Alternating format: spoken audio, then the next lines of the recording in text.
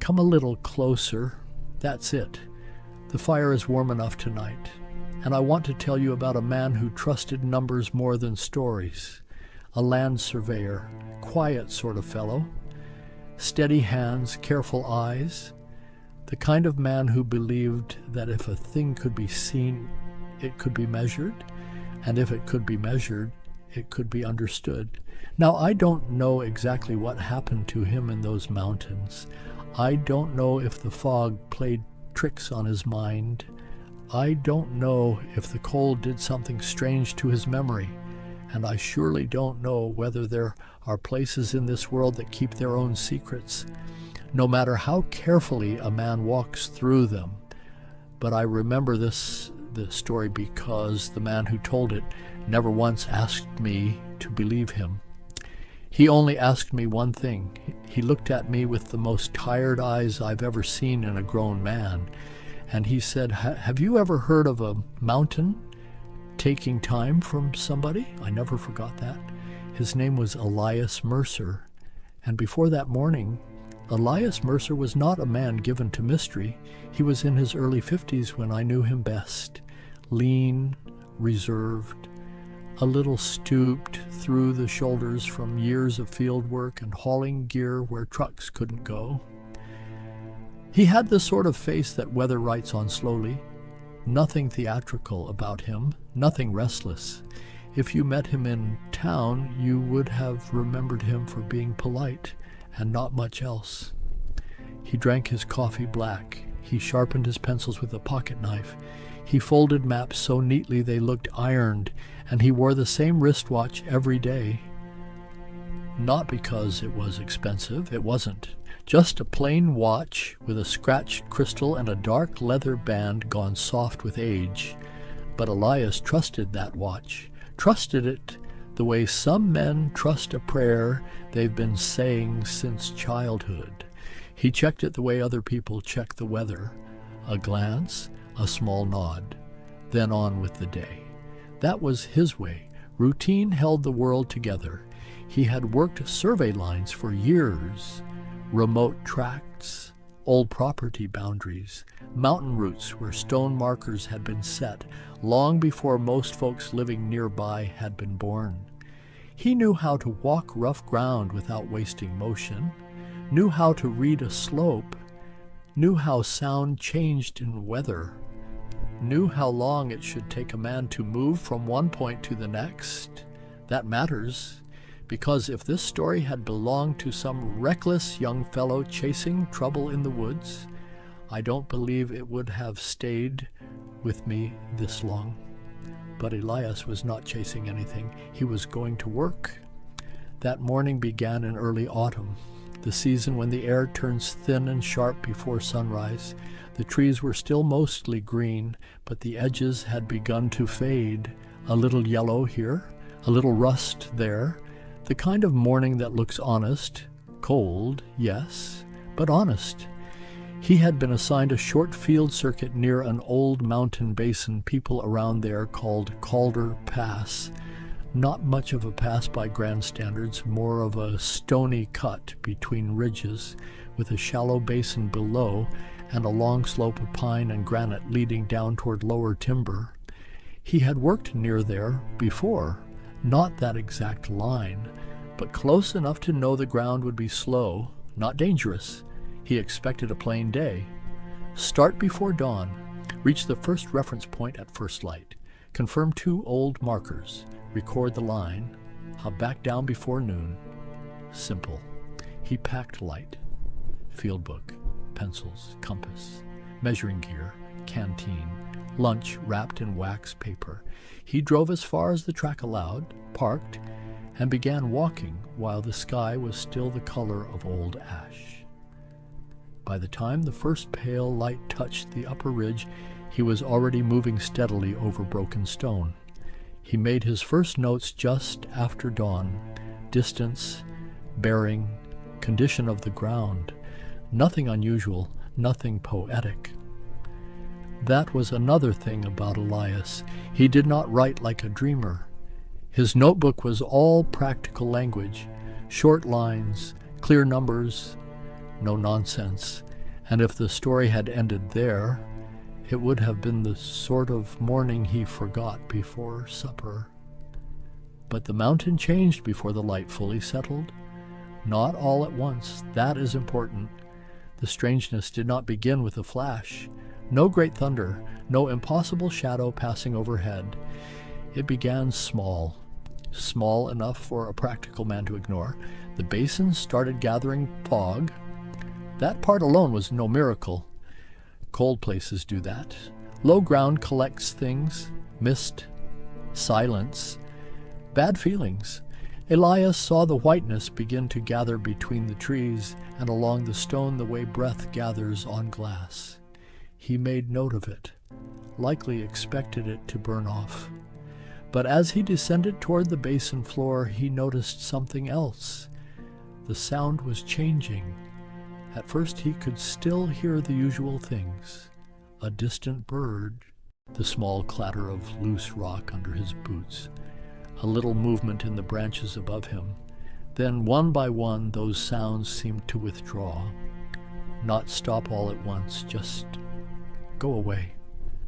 Until the only sound left was his own movement, his boots, his coat sleeve, his breath.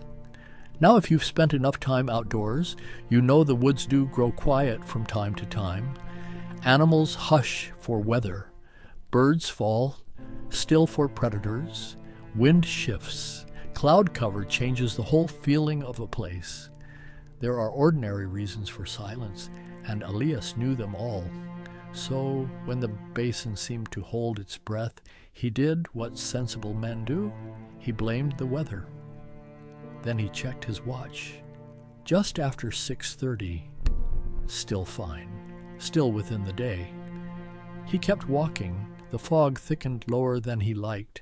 Not so thick that he couldn't see, but thick enough that distance lost its honesty. 20 feet looked like 50. A boulder appeared to float until you drew near enough to see its base. Pine trunks faded into white. The world narrowed. That was when he reached the first old marker and felt the first prick of real irritation. He should have reached it sooner, not much sooner, only by several minutes. But men like Elias notice minutes. He checked the marker, checked his field book, checked his watch again, then looked up at the light, and something in him tightened, because the light did not feel like the hour his watch was showing. He could not have explained that very well, even years later. He told me that was what troubled him first. Not fear, not the fog, not even the silence. It was the feeling that the morning had drifted out of step with his watch, the kind of thought a man is embarrassed to have.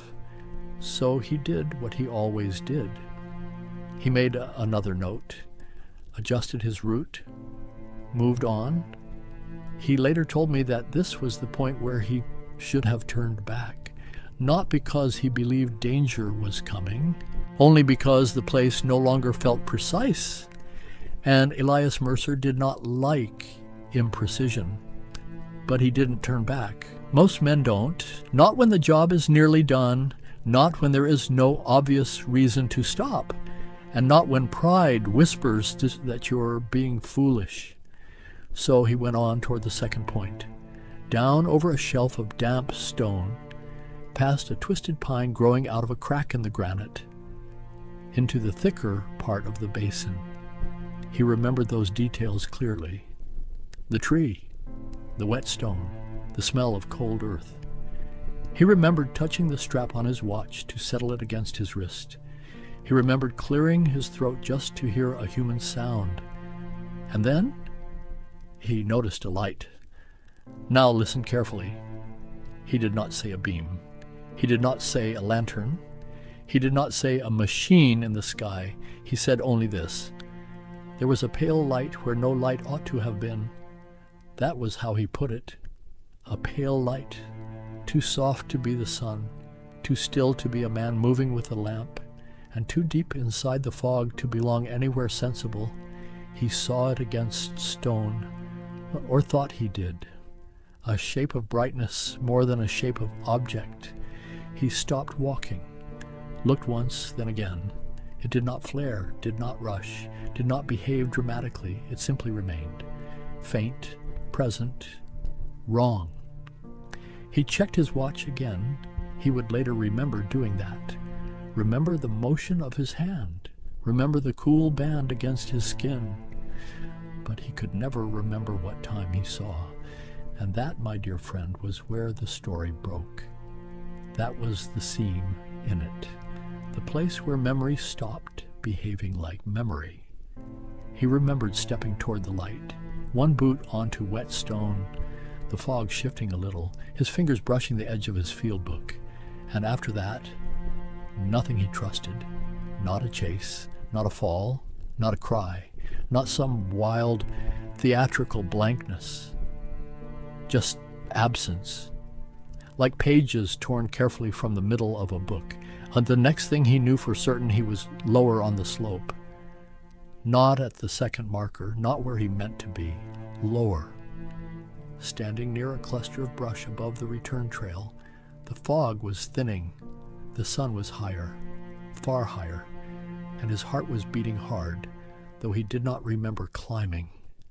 He looked around. No sign of another person, no obvious injury, no broken gear. He checked his canteen. Still there.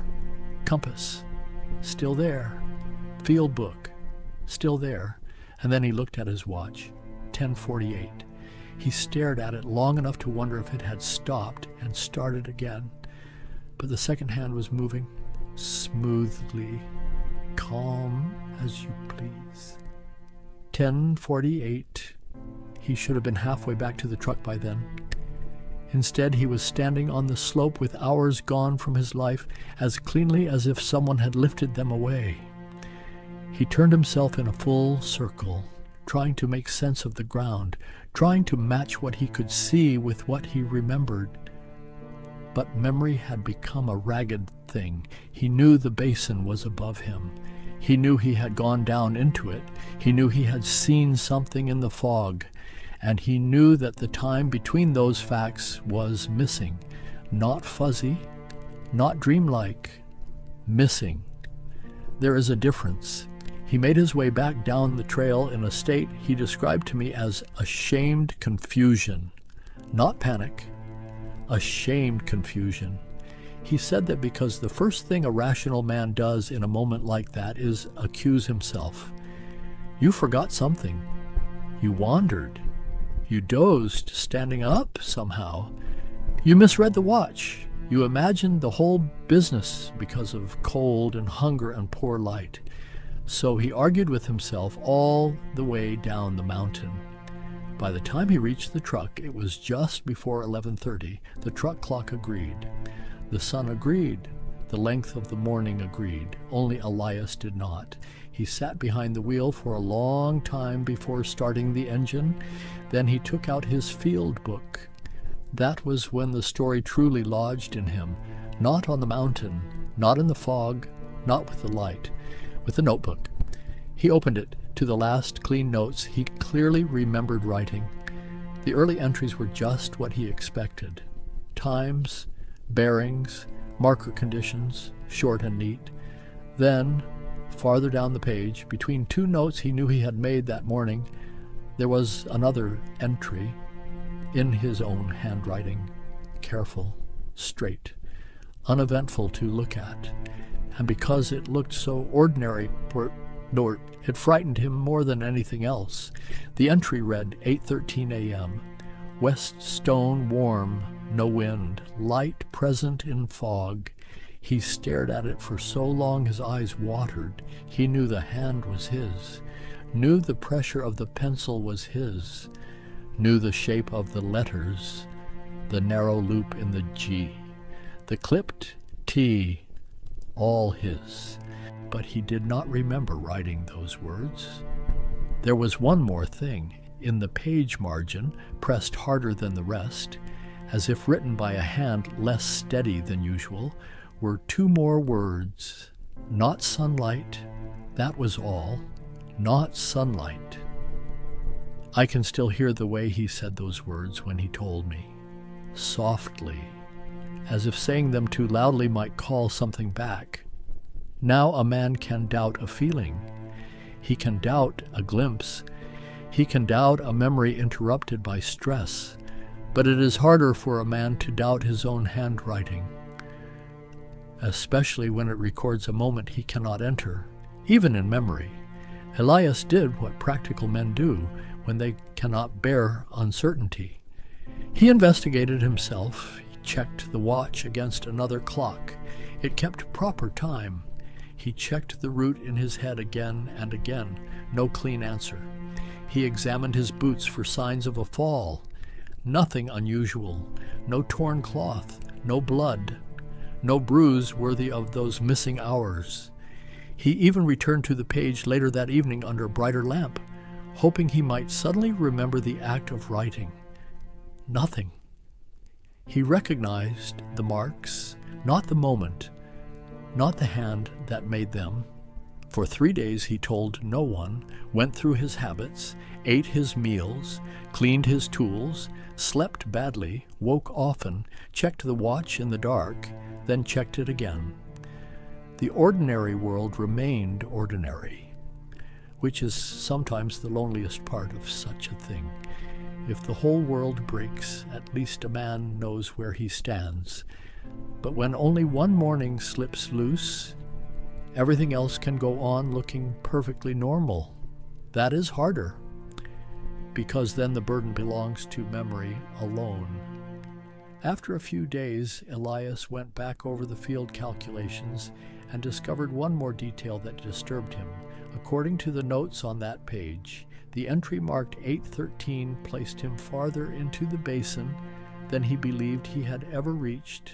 Not by miles, not enough to make a dramatic tale, just far enough to trouble him, far enough to suggest that during those lost hours, some part of him continued walking, continued observing, continued writing. He had measured the mountain, even if he could not remember being there to do it. That thought followed him for years, not every hour of every day, but in quiet moments, in fog, at sunrise, whenever a watch seemed louder than it ought to sound in a still room. He finished the job, by the way, men like Elias usually do. He filed his work, closed the matter on paper, and if that had been the end of it, perhaps he might have taught himself to forget. But the mountain was not done with him. Years later, after he had moved mostly into office work, a younger man asked him why he never took assignments alone in heavy morning fog. Elias laughed it off at first, said he was too old to enjoy unnecessary discomfort. But later, when the two of them were reviewing old maps, the younger man noticed a page tucked inside one case file, a photocopy of a notebook sheet. That page, the one with the 813 entry. The younger fellow asked what it meant. Elias said only this: "It means there are places where I no longer pretend to understand my own day." That line made its way to me much later, but the fuller story came from Elias himself. I was already an old man when he told it, older than he had been on the mountain, which perhaps is one reason he chose that time. Age has a way of loosening a few boards in the wall between what we carry and what we say. He came by one evening when the rain had kept everybody indoors, sat in that very chair by the window, held his hat in both hands, and after a long while he told me the story exactly as I have told it to you now, without embellishment, without trying to impress me. If anything, he seemed a little ashamed of it still, ashamed that a man who had spent his life trusting measured things could be unsettled by one page of pencil marks. I asked him if he had ever gone back to Calder Pass. He said yes. Once, only once, not alone, and not all the way in. The fog had been gathering again that morning. Low in the basin, quiet, too quiet. And before his companion noticed anything wrong, Elias had already decided to turn them both around. He did not explain why. Not then. He just stood there, looking downhill into the whiteness, one hand resting on his watch, and said, "No boundary line is worth this much curiosity." I have always liked that sentence. No boundary line is worth this much curiosity. Sounds almost wise, doesn't it? But when he said it, it did not sound wise. It sounded tired, like something purchased dearly. I asked him one last question that evening. I asked whether he believed he had seen something truly unexplainable, or whether he thought the mountain, the fog, and his own mind had simply crossed in some unfortunate way. He stared at the fire for so long I thought he might not answer. Then he said, "If it was only my mind, why did my mind leave me a note?" That was all. And I had no answer for him. Truth be told, I still don't. Maybe the cold, the silence, and the strange light of that basin did something to his memory. That can happen. The human mind is not a machine, no matter how badly we sometimes wish it were. Maybe he walked farther into the fog than he realized. Maybe he saw some natural light twisted by stone and weather. Maybe fear arrived before he knew it had, and a frightened part of him kept moving while the rest withdrew. That is possible too. I am old enough to respect the ordinary explanations. They are often wiser than the exciting ones. But I am also old enough to know that ordinary explanations do not always soothe a human heart. Not when a man looks down at his own handwriting and cannot remember becoming the man who wrote it. That is what stayed with Elias, not the light, not even the missing time itself. It was the evidence of his own presence in hours he could no longer enter. His pencil had gone on without him, or perhaps without the part of him he knew best, and there is something quietly terrible in that. To discover that your own hand may continue into a place your memory refuses to follow. You know, the strangest thing about stories like this isn't always what happened. Sometimes it's what remains afterward. A watch checked too often, a route avoided without explanation, a notebook kept for decades when all the other old papers have long since been thrown away. A man who spent his life measuring distance, left to wonder what can measure absence. Elias Mercer came down that mountain in one piece. He lived, worked, ate his suppers, paid his bills, spoke gently, aged like anyone else, but part of him never quite came back from that basin. Not entirely. Some small portion of him stayed up there, I think, somewhere in the fog. Somewhere between one glance at a pale light and the next moment he could trust. And perhaps that is why he finally told the story. Not to prove anything, not to persuade, only to set the weight of it down for a little while in the hands of another old man. Now I have set it down in yours, and maybe that is all such stories are for. Not answers, not proof, just company. A fire in the dark. A voice saying, "This happened to someone. He carried it for years, and now for a little while. So will you." Maybe the mountain confused him. Maybe the fog took the shape of something it was not. Maybe the mind protects itself in ways we still do not understand. Or maybe there are places in this world where time does not move as gently as it does everywhere else. Places where a careful man may walk into with a watch on his wrist and a notebook in his pocket and come back with both of them unchanged, except for the hours they cannot explain. After all these years, I still think about that line in the margin. 2 plain words, no flourish, no panic, just a quiet correction from a man who trusted his eyes. Not sunlight, and whenever morning fog gathers low against the mountain. I find myself wondering what Elias Mercer saw in that pale white silence, and what, if anything, saw him back. That's enough for tonight. Stay close to the fire a little longer. Some stories don't like to end too quickly.